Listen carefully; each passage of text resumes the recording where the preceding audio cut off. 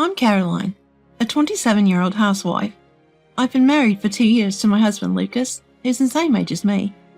We finally moved into a house we started building right after getting married, and life has settled down a bit. Lucas and I met at work. We were fortunate to work at a great company where overtime was rare, so when we first started dating, we had plenty of time for each other. We moved in together pretty quickly and got married after 3 years. Our plan was to have kids once we settled into our new home, so I left my job to focus solely on homemaking. After I quit, I thought life would get easier, but Lucas started working late more frequently. I asked him what was going on, and he said he was dealing with issues at various clients. I noticed that he had been looking more stressed lately.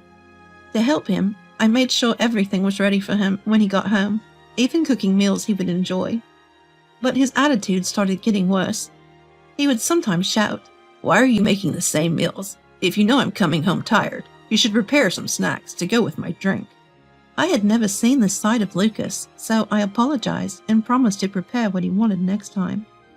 I couldn't help but wonder if work was really causing this change in him. When I thought about the company where I used to work, I never thought they would push people this hard to work. As Lucas started working more and more on holidays, I thought maybe I should check with the company about this. However, when I confirmed the facts about overtime with my friend and former colleague Kaylee, she said, "What?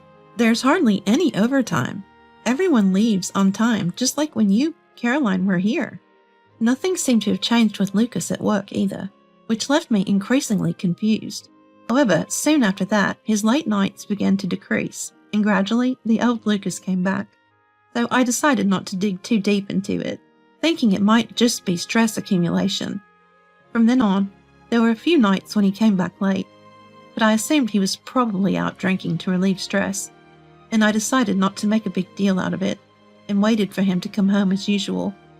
Half a year after all that drama, my dad got sick. The prognosis wasn't good, so I was thinking about having him stay with us since we lived close to my parents' home. I had lost my mom when I was a student, and it had been just me and Dad ever since. He had funded my college education, and I was extremely grateful. I had always felt supported by him and wanted to spend his final days together. I decided to discuss it with Lucas. We had designed our new home to be accessible, anticipating future caregiving needs for our parents, so I naturally assumed Lucas would welcome my dad. But when I brought it up, Lucas blurted out, "What? Why do we have to take in your dad? We don't even have kids yet. And you want to move him in before that? Unacceptable." His harsh words took me by surprise. "But Dad doesn't have much time left," I tried to explain, my voice shaking. "I don't care. Your family home is close. You can just visit him there." He dismissed me. So what was the point of making our home caregiving friendly? I thought that was for both our parents, I argued. But Lucas said, "No, that's for my parents. You're my wife, so you should be looking after my family. Usually people only start taking care of their parents once their kids are grown. Why did your dad have to get sick so soon? My parents aren't like yours, burdening others." I broke down crying. I'd been holding back tears from the moment we found out about my dad's prognosis, but Lucas's cruel words broke me. "If you're going to cry, I don't care. I'm the one paying the mortgage. I make the decisions. If you can't agree, we're getting a divorce. Pack your stuff and get out," Lucas shouted. So I grabbed the essentials and left, going back to live at my parents' place for a while. My dad was concerned, but I assured him, "Lucas says he's fine on his own, so don't worry." My dad responded, "Well, if Lucas says he's okay, then maybe you should go back to him." I couldn't bring myself to tell my dad that Lucas had refused to help, so I just said, "I'll be staying away for a little while." Then after a few weeks back home, Lucas sent me a text. "There's a notice about community association dues. Apparently someone will be collecting them this Sunday. I don't want to deal with it, so you handle it," it read. Though his tone angered me, I was on good terms with the community association president, so it would have seemed odd to be absent during the collection. I went back. After settling the community dues, Lucas immediately said, "Now that you're done, go back to your parents' house. You're just in the way here." And so he tried to send me away again. But when I returned home after being away for a few weeks, something felt off. Freshly laundered clothes neatly hung up, dishes put away. Above all, the house was cleaner than usual. Could Lucas, who can't even clean properly when I'm away for a few days, really manage to keep things so orderly? I also found it odd that his work shirts were hanging perfectly wrinkle-free. "Lucas, you've never used an iron. How did you get these shirts so nice?" I asked, noticing his eyes darting away for a second. "Well, someone's got to do it if no one else is around, right?" Feeling his nervous energy, I decided to push further. "Really? It's like someone's been here," I said. Ignoring my husband's glare, I headed to the bathroom, the best place to find any evidence. I called Lucas over and pointed at a long strand of hair on the bathroom counter. "Whose hair is this?" It wasn't Lucas's, and my own hair is a bright short cut. The strand was long and black, clearly not ours. Lucas stumbled over his words. "I have no idea. Must have gotten stuck to my clothes or something." Seeing his shaky reaction, I felt more certain, but I chose to hold my tongue until I had concrete proof or a confession from Lucas. So I went back to my parents' house. My father's health had somewhat stabilized, so I decided to start working from home. It was a different field from my previous job, and while there were many new things to learn, I found it fulfilling. Given that I also needed to take care of my dad, this flexible job was a lifesaver. In a way, I started to think that my spat with Lucas had a silver lining.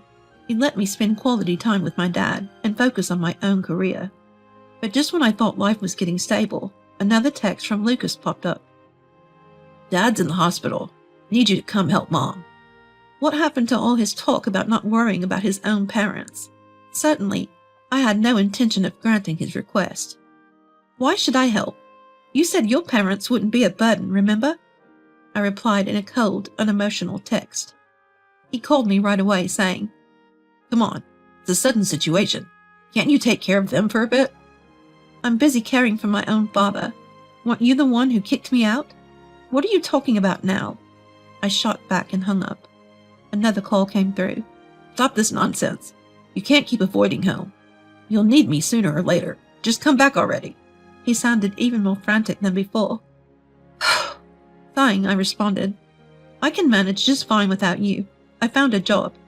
And I hung up again. The next day, Lucas showed up at my parents' house. "My parents are moving in with me, and Mom after Dad gets out of the hospital. Please come help. They said they'd be okay if you were there." I couldn't believe my ears. So his parents were planning on relying on me all along.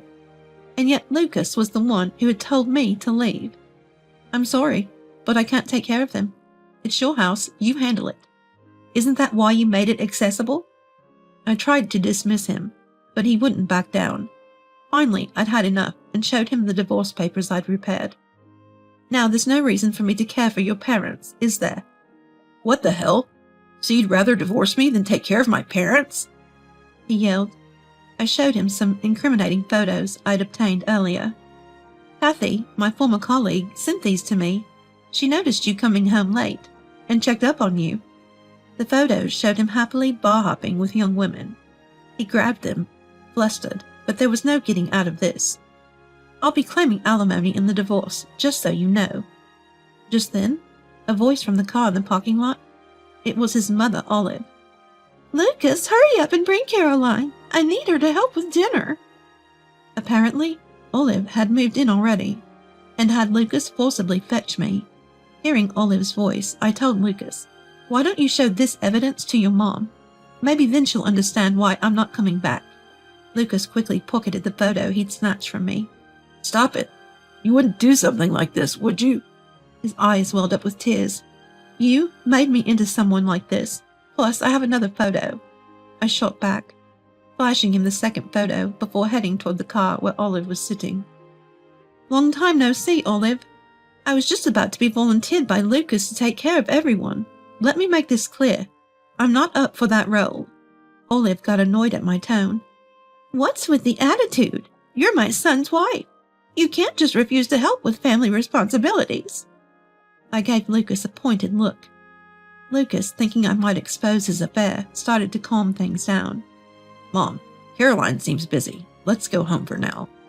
Olive wasn't satisfied. Lucas, you were just saying how she's a terrible wife for leaving to stay at her parents' home. What's gotten into you? Why am I the only bad guy here? Hearing that, I sighed. Lucas, sensing danger, tried to get into the driver's seat. Let's just go home already. But Olive wouldn't back down. Caroline, you need to come too. If you don't help, who will? That won't be possible. I'm planning on filing for divorce, I said, and started to walk back toward the house. Olive got out of the car to stop me. What do you mean? You're being so selfish. The one who's selfish is your son. I'll be submitting these photos as evidence, and will be seeking compensation. I showed her, freezing Olive in her tracks. Lucas hastily snatched the photo from Olive, but the damage was done. Olive confronted Lucas, but he remained silent, unable to come up with an excuse. If we're clear, please leave, I said, and walked into my house. Later, Lucas did apologize, but I'm not forgiving him, and am in the process of filing for divorce. Turns out Lucas's brother was supposed to be the one taking care of their parents, but due to his own infidelity, he had divorced his wife, and seemingly vanished with his affair partner. Like brother, both are cheaters. It's just pathetic. Lucas's parents had apparently turned to Lucas and me for help, taking the place of my brother, but that didn't work out either. In the end, Lucas couldn't take care of his parents and decided to place them in a facility. It wasn't just because it was tough handling it alone. The woman he was having an affair with said, I'm living here now, so your parents can't move in. So his parents demanded a facility that met their preferences. Lucas did find a place that satisfied them, but the cost for admission and ongoing fees were pretty steep. Just as he was determined to work harder, his company found out about the affair, and he had to quit his job. Now he's frantically searching for another job. By the way, it turns out he has a child with the woman he was having an affair with. I had no intention of feeling any sympathy for him, as he struggled with the upcoming child-rearing expenses, the compensation money for me, and the cost for his parents' facility. I had a lawyer report the affair to the woman's company, and it seems she was fired too. I've returned to work, and my colleagues, who knew about the situation, welcomed me warmly. Now, I'm enjoying a peaceful life with my father at my childhood home.